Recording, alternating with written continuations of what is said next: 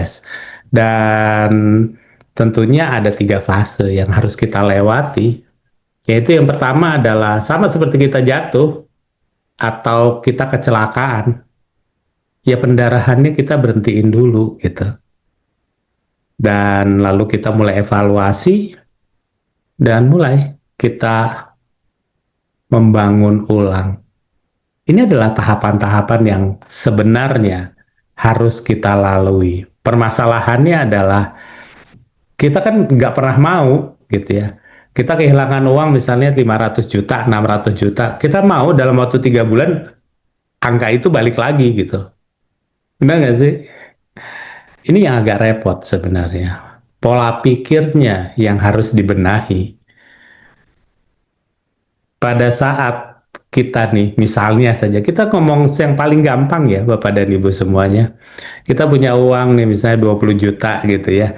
Kita ngumpulin 20 juta, itu katakanlah dari kegiatan kita, kerja kita dan segala macam lah, katakanlah kita bisa menabung selama 2 atau 3 bulan. 2 atau 3 bulan. Kita nabung dapat 20 juta. Lalu kita ke Bali. Itu dalam waktu 3 hari 20 juta itu bisa habis loh semuanya. Udah nggak sih? Jadi kita udah nggak perlu dikasih tahu cara menghabiskan uang. Yang perlu kita tahu adalah cara mendapatkan uang. Begitu juga dengan recovery. Kita nggak usah ngomongin gitu, uang itu habis ratusan juta sampai miliaran mungkin. Tapi yang penting adalah bagaimana kita kembali lagi bangun gitu. Kembali lagi membuat ini menjadi jauh lebih logis. Biasanya setelah kita kehilangan, maka kita akan jauh lebih kritis. So, Bapak dan Ibu semuanya, kalau kita bicara masalah berhentikan masalah pendarahan, tentunya adalah pada saat kita udah loss banyak gitu, yang pertama ya berhenti dulu tradingnya gitu loh. Ini kan yang jadi repot itu adalah kita udah kalah banyak, emosinya masih naik gitu ya.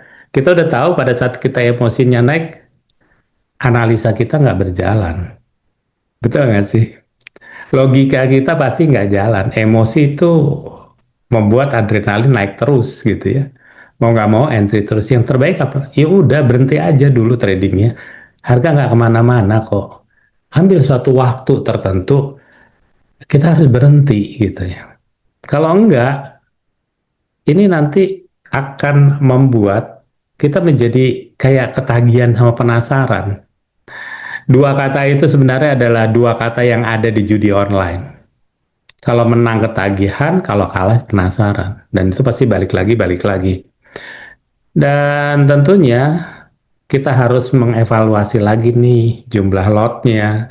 Lalu kita mulai lagi menurunkan emosi kita tuh, kita harus mulai masuk ke tahap berdamai dengan diri sendiri.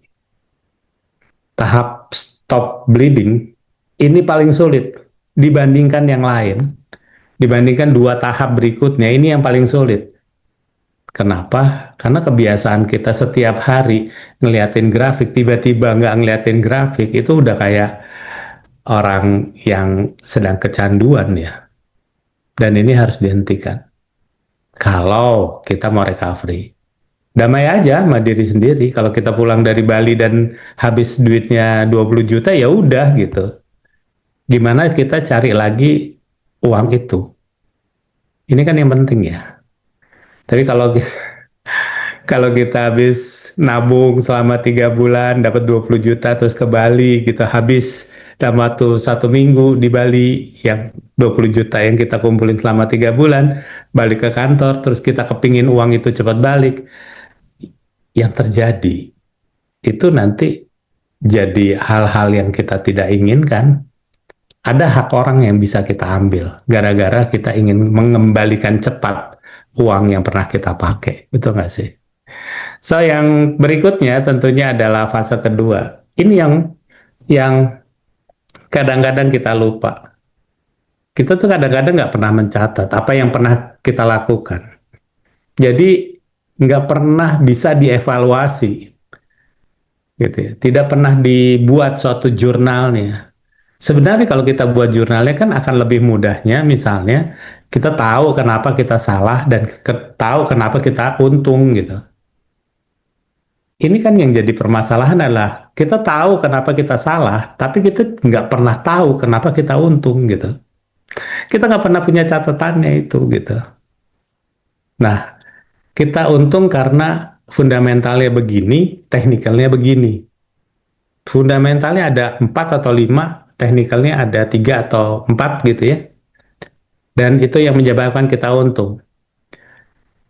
Yang menyebabkan kita loss karena fundamentalnya seperti ini berubah menjadi gini sehingga teknikalnya seperti ini berubah menjadi seperti ini. Kalau kita punya catatannya secara logika diulang aja yang profit, dan kalau ada suatu signal seperti kita saat loss baik fundamental mau teknikalnya udah dibuang aja gitu. Udah ditutup aja, jangan diikutin. Ikutin aja yang kenapa kita bisa profit. Itu gunanya jurnal trading sebenarnya.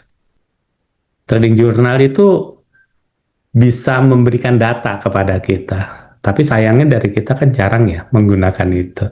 Tapi nggak apa-apa, mulailah sedikit-sedikit kita membuat tulisan apapun itu.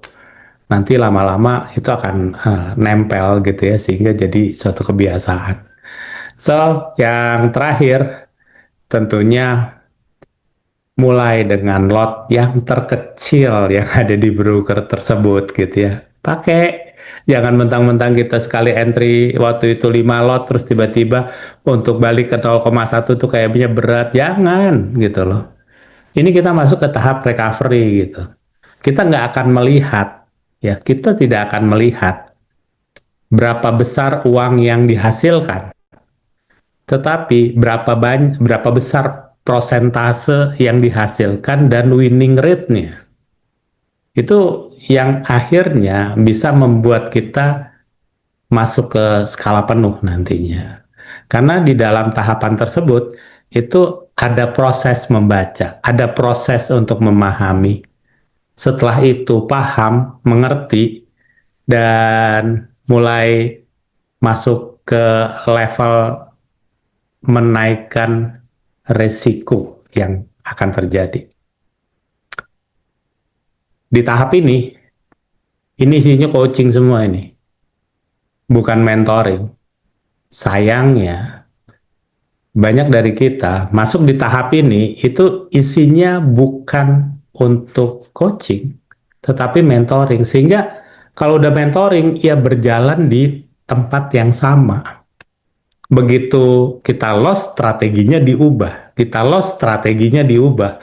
Mau sampai kapan kita merubah suatu strategi dan metode yang ujung-ujungnya kita nggak bisa melihat hasilnya? Ini metode mana sih yang benar sebenarnya? Benar nggak sih? So, Bapak dan Ibu semuanya, ini adalah suatu cara untuk uh, supaya kita nggak balas dendam sebenarnya. Kalau kita udah ada keinginan untuk membalas secara beruntun pada saat kita mulai loss, ya mulai balik lagi ke trading jurnal, buat suatu checklist gitu loh. Jadi kalau checklistnya nggak masuk, ya kenapa kita harus masuk gitu. Dan kadang-kadang kita takut ya untuk kehilangan momen gitu ya. Kita FOMO, tiba-tiba kita punya buy di atas atau justru kita punya sell di bawah gitu. Caranya gimana? Kalau perasaan itu sudah mulai keluar, tutup aja grafiknya, udah biarin aja. Dan ini yang bisa membuat kita bertahan lama di bisnis ini. Kadang-kadang banyak orang nanti ketinggalan gitu. Iya kalau nggak, ya ketinggalan biar aja gitu. Besok kan masih ada gitu. Lebih baik kita ketinggalan tetapi pasarnya sudah memberikan konfirmasi yang jelas gitu ya. Dibandingkan kita terburu-buru, ujungnya memang karena konfirmasinya belum jelas. Dan ujung-ujungnya kita punya buy di pucuk dan punya sell di telapak kaki. Lalu biasanya kita tuh mulai overconfident gitu loh. Pada saat kita udah punya profit yang besar, emang kita pernah mau dengerin kata orang? Nggak pernah. Yang ada kadang-kadang menyepelekan orang lain. Sebenarnya ini adalah nggak boleh sebenarnya. Kita merasa lebih pinter daripada orang lain itu kan nggak boleh gitu ya. Jadi setiap orang angkuh itu memang punya jatah waktu untuk dia jatuh sih sebenarnya. Lalu kalau kita udah mulai overconfident, mulai batasi aja. Kalau saya biasanya kita batasin aja lah. Ya hari ini udah profit ya udahlah gitu. Besok-besok lagi aja gitu. Kalau enggak, itu enggak akan berhenti gitu loh. Sampai akhirnya kita menyesali tadi pagi kita udah untung $1.000, hari ini kita floating minus 800. Dan ujung-ujungnya enggak ah, tadi pagi kan udah untung 1.000, masa sekarang rugi 800 padahal masih ada untung 200. Begitu besoknya, ujung-ujungnya kita minus mencapai 2.000 atau 3.000. Di situ udah mulai kerodit tuh biasanya. Jadi kalau udah overconfident biasanya, yuk balik lagi. Ini tujuannya untuk recovery, ya sudah gitu. Sudah selesai, ya sudah. Kita besok lagi aja. Dan yang terakhir itu adalah trigger yang sering muncul, itu adalah ngeliatin grafik setiap saat gitu. Setiap ada open posisi diliatin terus gitu. Padahal grafik nggak kemana-mana dan kita tidak melakukan apa-apa. Itu yang akhirnya ujung-ujungnya overthinking sih. Bapak dan Ibu semuanya, kalau menurut saya, latih kesadarannya adalah, yuk udah tutup aja dan nggak usah mantau grup. Kita kan biasanya punya ya, grup-grup komunitas gitu. Itu mereka saut-sautan tuh yang tadi kita pikirannya lempeng, itu bisa belok tuh gara-gara itu. Jadi kepikiran, overthinking, ujung-ujung nggak bisa tidur gitu. Kalau menurut saya, udah tutup aja gitu. Grafiknya nggak usah dilihat, grupnya juga udah nggak usah dilihat, stick aja gitu ya, lurus aja kepada strategi yang udah dibuat gitu, yang dibuat kemarin, yang dibuat tadi pagi, yang dibuat tadi siang gitu ya, tadi sore gitu, ya udah malam tidur aja. Nanti kalau ada harganya begini-begini kan udah dipikirkan, sudah ada trading plan-nya, sudah ada trading strateginya waktu kemarin, tadi pagi, tadi siang, atau tadi sore. Bukannya pas udah entry baru dipikirin trading strateginya atau trading plan-nya.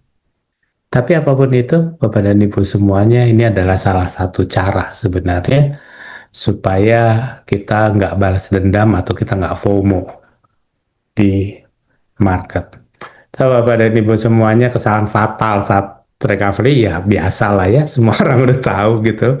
Lotnya dinaikin, pindah-pindah strategi pada saat kita salah gitu. Terus setelah kita rugi besar, entry lagi karena untuk balas dendam gitu. Dan biasanya kita nggak nunggu market memberikan signal, kita bikin signal sendiri gitu, pakai feeling gitu, pakai kayaknya mau naik, kayaknya agak repot gitu ya. Dengan keadaan market yang saat ini betul-betul berfluktuasi, feeling itu udah nggak dipakai sih ya, menurut saya. Dan biasanya orang tuh main top up, tapi nggak jelas gitu maksudnya apa gitu. Kalau top up itu memang jelas untuk apa gitu ya, dan kedepannya harapannya jelas, ya silakan top up. Kalau enggak, cut semua posisi. Kenapa? Kalau enggak nanti ribet. Tapi yang jelas Bapak dan Ibu semuanya kan sudah tahu ya diagram yang ada di sebelah kanan ini gitu ya. Kita harus tahu sebenarnya kita ini saat ini itu sebagai pekerja gitu ya, sebagai pedagang, sebagai pebisnis atau sebagai investor. Ada 4 kuadran gitu ya. Anda ada di E, ada di S, ada di B, atau di I. Ini kadang-kadang kita nggak pernah tahu kita ada di mana. Tentukan dulu kita ada di mana. Karena pada saat kita sebagai pekerja, itu udah jelas banget. Nggak ada leverage di situ. Ya udah, 1 banding 1 udah selesai gitu loh. Kita kerja dapat duit, udah selesai. Sampai situ, nanti uang kita jadi banyak, kita baru berpikir untuk berdagang. Dan berdagangnya jangan pakai leverage. Ini kadang-kadang kita trading pakai leverage kan.